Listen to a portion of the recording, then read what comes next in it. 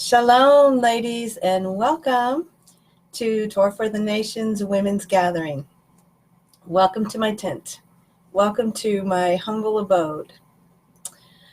You know, our wise King Solomon said, "I am asleep, but my heart is awake."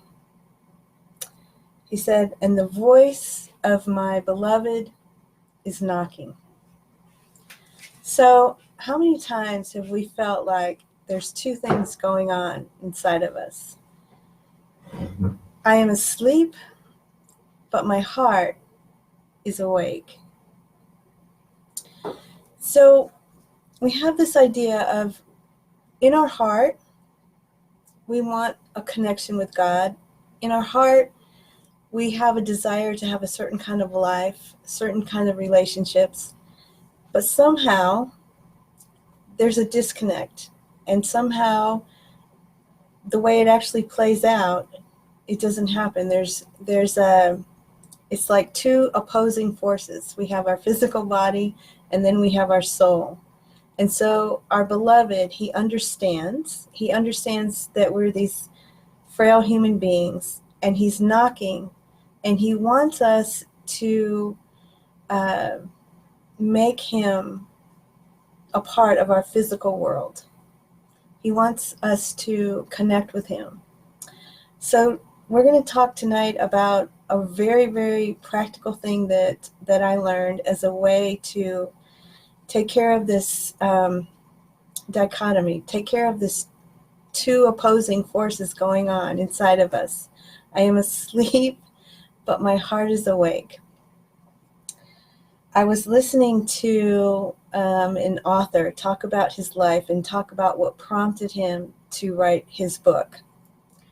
And he was saying that it all started one day when he was cleaning out his garage, and there was his 5-year-old saying, "Daddy, when are you going to play with me? Daddy, when are you going to be done?" And he said that he was just miserable. He's cleaning out this garage, and everything is dirty and broken. And he's wondering, like, where did this stuff come from? I can't even walk in my garage. I can't get my car in my garage. And he's having to deal with stuff and deal with this mess. And so there was this going on inside of him. He said, what I really want is I want to spend time with my child. This relationship is important to me. I want to be playing with my child. And instead, what's actually happening is I have all this stuff. And I have to deal with my garage is balagan. It's one of my favorite Hebrew words, balagan. It's chaos. It's craziness. And so this prompted him to write a book about the situation, because when he talked to his neighbor, he found out his neighbor was dealing with the same thing. And so if you Google Joshua Becker, he has a lot of things to say on this subject. But a couple nights ago, I was at a wedding, and I was sitting at a table with some ladies, and the subject came up, actually. There was a young girl that I met in her early 30s, and she was talking about having an idea in her head of what she wanted, but that it wasn't actually playing out in her life. And at the time that she was thinking about this thing, how I'm like disjointed. It's not coming together for me. Like who I think about being in my head, somehow when it comes to actually living it, it's not happening. And so she had her TV on, and the show Golden Girls was like a rerun. Golden Girls was on. And I don't know if you know that show, but it's about like 4 older ladies all sharing an apartment. And they each have their character. And there's Betty White plays the character of Rose. And she's kind of like the dingy one. But the funny part of it is that Rose will every now and then say these really profound things. And everybody just looks at her like, did that come out of her mouth? I mean, this is Rose talking. And so anyway, she has, my friend has her TV on, and Rose says, oh, that's cognitive dissonance. And So my friend, she said she went to her computer and she Googled what is cognitive dissonance, because she felt like at the same time that Rose was saying that on the TV, that's what she was experiencing in her thoughts and in her day. And so I wrote out the definition of cognitive dissonance.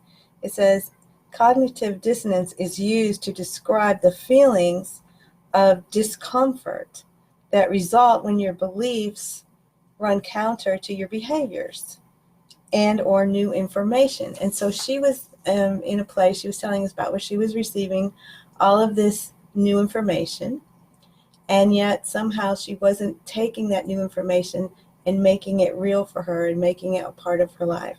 And so there was this cognitive dissonance going on. So this week, in our Torah portion, we were reading what God said to Abraham. And he used two words, and he says those same two words to each and every one of us.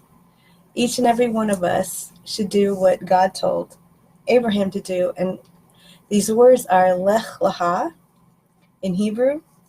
And to me, they mean the exact opposite of this cognitive dissonance, the exact opposite of feeling two different things going on at the same time. I am asleep, but my heart is awake.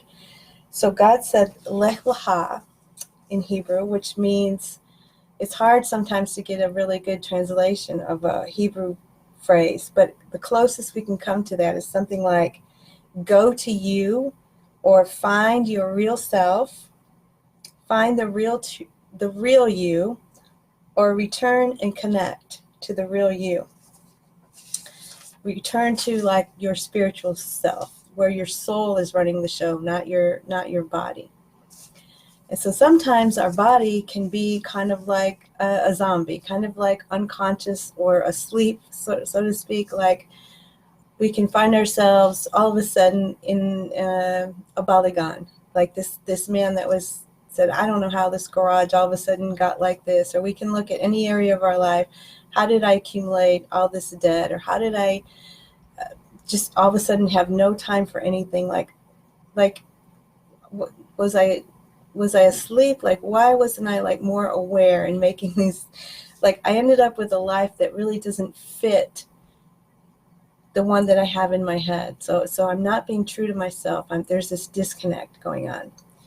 So last year, my neighbor, who is a good friend of mine, she invited me she said, we're having a class at my house every Tuesday at 2. I want you to come. And she told me who the teacher was.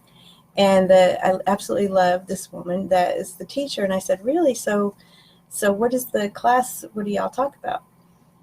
And she said, well, it's Megirot. And Megirot in Hebrew is drawers. So I said, what? So you have a class about drawers? Like, and so she said, you just have to come. You just have to see what it is. And so she told me that they clean out drawers. And so I was like, no, I don't know why I want to go to this class. Like, I didn't understand what the spiritual connection was to cleaning out drawers, because there's a lot of things. I mean, I was in the airport not too long ago, and I was stuck there for like 12 hours. And so I bought a book from the bookstore, and it's this, I read it cover to cover because I had all this time. And it's like a Japanese sensation, 3 million copies sold. And it's this, the life-changing magic of tidying. So I know that there's like a lot of books out there now. There's a lot of TED Talks. People are talking about downsizing and simplifying and getting rid of stuff. But the thing that I found out about this class, so I went to the class and I watched this whole thing happen. And they take it's not like anybody who's like an atheist can see the benefits of like getting rid of junk and cleaning up things. But what this class did was take it a step farther, and they used the drawers as like an opportunity to have a conversation with God, an opportunity to connect with God in a real, practical, hands-on way. And so I went to the class, and so there was about 8 of us sitting around the table. And so someone whose turn it was, she took her drawer. And so the first thing she did was she said, I am a daughter of the King. So we talk about, like, we're made in the image of God. And in the beginning, the world was chaos, Balagan. And God took the world and he put the sun in its place and the moon in its place and the water and the earth, and he made these boundaries, and everything became orderly, and everything, there was a plan and a purpose. And so us being made in the image of God, we're saying that I'm a daughter of the King.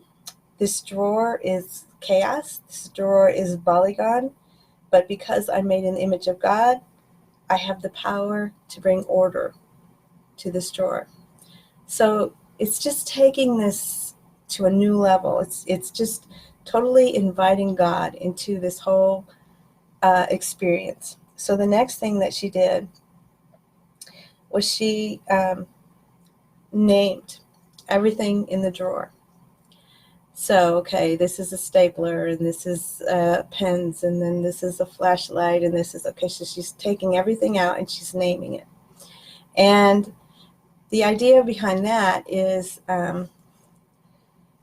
okay, it's time to deal with no more justifying, no more pretending, no more hiding, like in a very small way, in a very small area of our life that we have control over, which is the drawer, because there's so many things in life we don't have control over.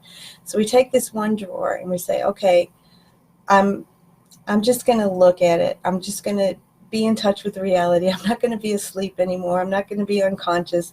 I'm going to really look at this drawer. Okay, and everybody around the table, I guess it's kind of like a support group. And so the person gets everything out of the drawer, and then you clean the drawer, and then you name what you want this drawer to be. Like, maybe I want this drawer to be my birthday drawer, when you put birthday candles and birthday plates and cups and balloons or whatever has to do with birthday. So you could have a kitchen utensil drawer, you can have a sewing drawer or an office supply drawer. There's drawers for everything, but you name the drawer. So then there's 4 piles. You throw away, you give away, you put it back in the drawer, or you find a new home for it. So just going through everything. And this is where people could say things like, you know, why am I holding on to this? Why do I think I need this? Because great Aunt Susie gave it to me, and I just feel bad, like, getting rid of it. And you kind of talk out. It's a day of reckoning. It's a day to make decisions about all of these things. And so everybody there is helping you, because it's a bunch of delayed decision making, is what we're told. That it's time to make those decisions and time to pay attention to something that's just kind of gotten away from us. We've been asleep. And the drawer, when you say, like, this drawer is not representing me as the virtuous woman, the woman of valor that I want to be. I'm a daughter of the King. God is a God of orderliness. So it's just bringing down in a very practical way this time, this conversation, this needed conversation with God. And it's such a small thing, but it's the first step to more and more and more. And so what we know is that we when we go to do anything, we have to start with ourselves. And so when we want to start making changes, we can't go home and we can't start cleaning up anybody else's messes. We have to start with our own. There's a funny story of someone I know that there was a troubled teenager that was getting, like, kicked out of everywhere she went. And so they were kind enough to let her stay at their house. But she was always making these messes, using the razor and leaving it with soap, and messes in the bathroom and jelly messes in the kitchen. And uncleaned up soup in the microwave. And one day they came home and she said, I cleaned up today. And they said, really? What did you clean up? And she said, well, I cleaned off your desk. And they were like, you did what? Of everything in this house that you could have cleaned, you decided to start with my desk. Okay, so that's what we don't want to do. And this guy that I was listening to, the guy with the garage and the 5-year-old that was saying, Daddy, when are you going to play with me? Joshua Becker. He gave a lot of good tips for bringing this idea down, to pass down to our children or our grandchildren.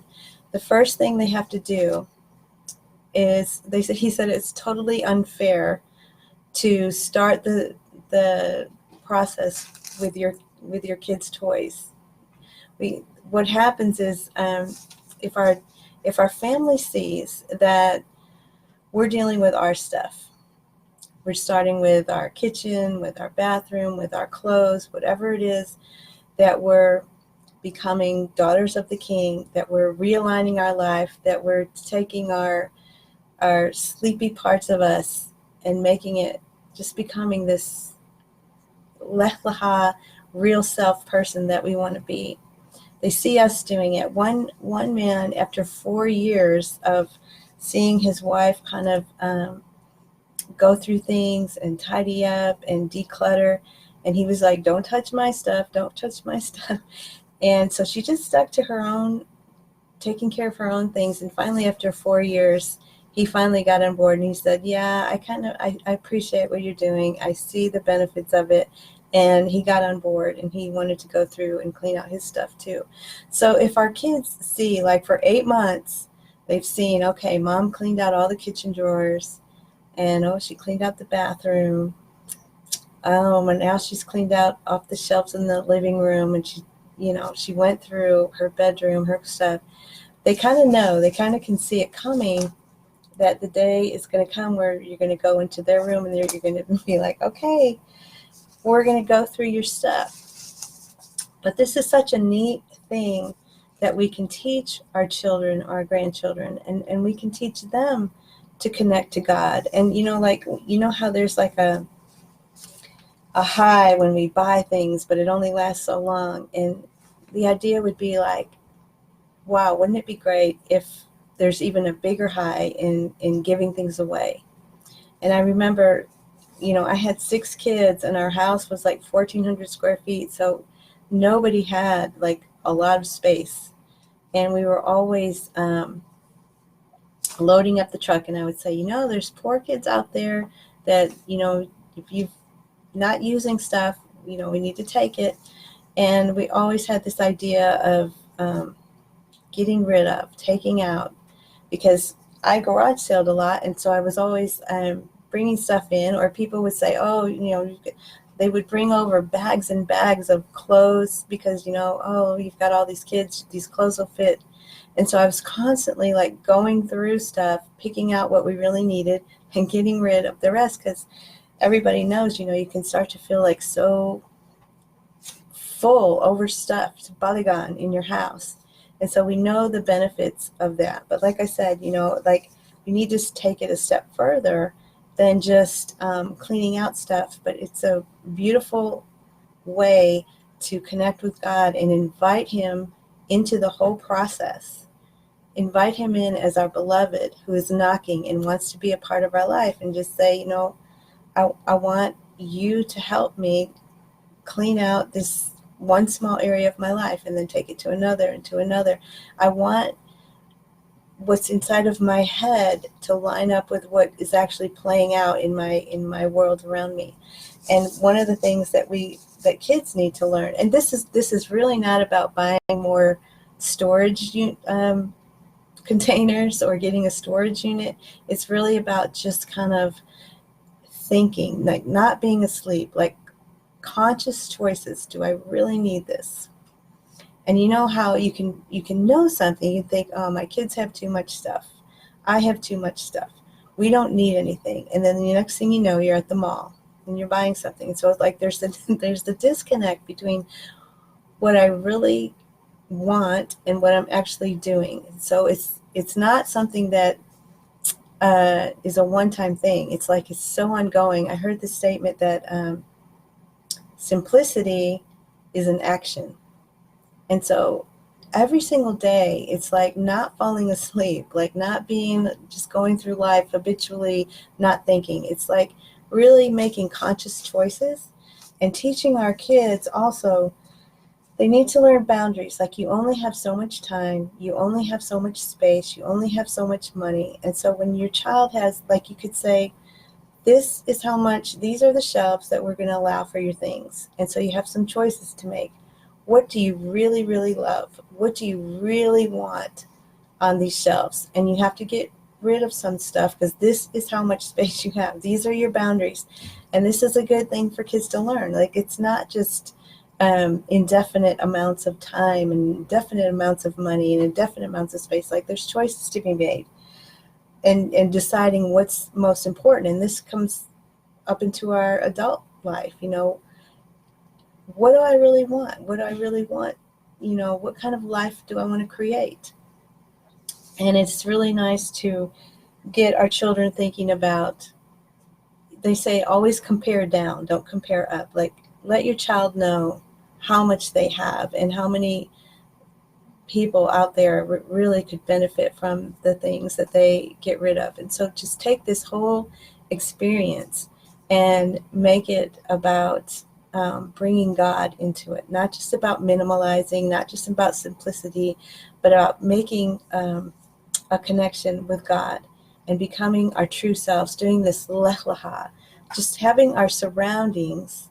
You know how good you feel when your house is clean and how you want company to come because everything's done and everything's clean, or the thought that you could actually just read a book or that you could take a nap. And so it's like creating the life that we want and inviting God into our spaces, into our house. So this is what I learned at my drawers class. And it ended up to be a very practical, hands-on, one of the best classes that I've ever had. Okay, so just to kind of sum up everything that we've said, we started with this verse from King Solomon. He said, "I am asleep, but my heart is awake." And we talked about like this kind of being a divided person, and psychologists call it cognitive dissonance, but we know that it's been in our Torah for a long time, from the beginning, that God told Abraham, Lech lecha, find yourself, find your real self. And so this class is about taking like a spiritual concept and how do I bring it into my day? How do I bring it into my world? And so we can start with our spaces and our balagan, any area of our life that's a little bit out of control, and we find that we haven't been making conscious, awake choices, and then we can, that our beloved is knocking. He's knocking on those areas of our life that we've been asleep, and he's like, you know, let me come into this. Let me help you. You're a daughter of the King. So this friend that was teaching the class, and we just went through, she sent out an email, and I love this prayer that she blessed us all with. And so I copied it down to bless you with this prayer. We just here, we had our New Year, but you don't have to have, wait till New Year's to start anything new, because the world is new every second, every minute. But her wish for us all, her prayer for us all was, as we begin anew with Parsha Bereshit, that's Genesis, let us be mindful of the power of new beginnings. New beginnings are packed with transformative spiritual dynamite, which has the power to ignite our souls. Let us do so in order to bring light into the world during these challenging times. And may the words of Torah, the words of God Himself, fill our hearts, minds, and souls with courage and power to truly become the women of valor. the virtuous woman of Proverbs 31 that we all want to be, one little step at a time, one day at a time, one little drawer at a time. We connect with God. And so that is my prayer for all of you, to become the virtuous woman, the woman of valor, to become just that whole complete person where everything lines up, the real you, where your soul is running the show, not the sleepy part, not the flesh part, but our awake part, because our beloved is knocking and he wants to come into every part of our life, every area of our life. All right. I just want to bless you all to have a beautiful week, and just take that, and hope you got some very practical ways to apply these spiritual lessons that we receive from God. All right. Hello, everybody. I'm at my computer now, and I put up my scarves in the back to make it feel like we're all together in this tent, in this virtual table that we're sitting at, and it's good to see you all. So let me know if you have any questions or any topics that you want to talk about next time, and I'll just wish you all a rest of the day of a great, nice weekend, and we will see you back here next week. Okay, shalom.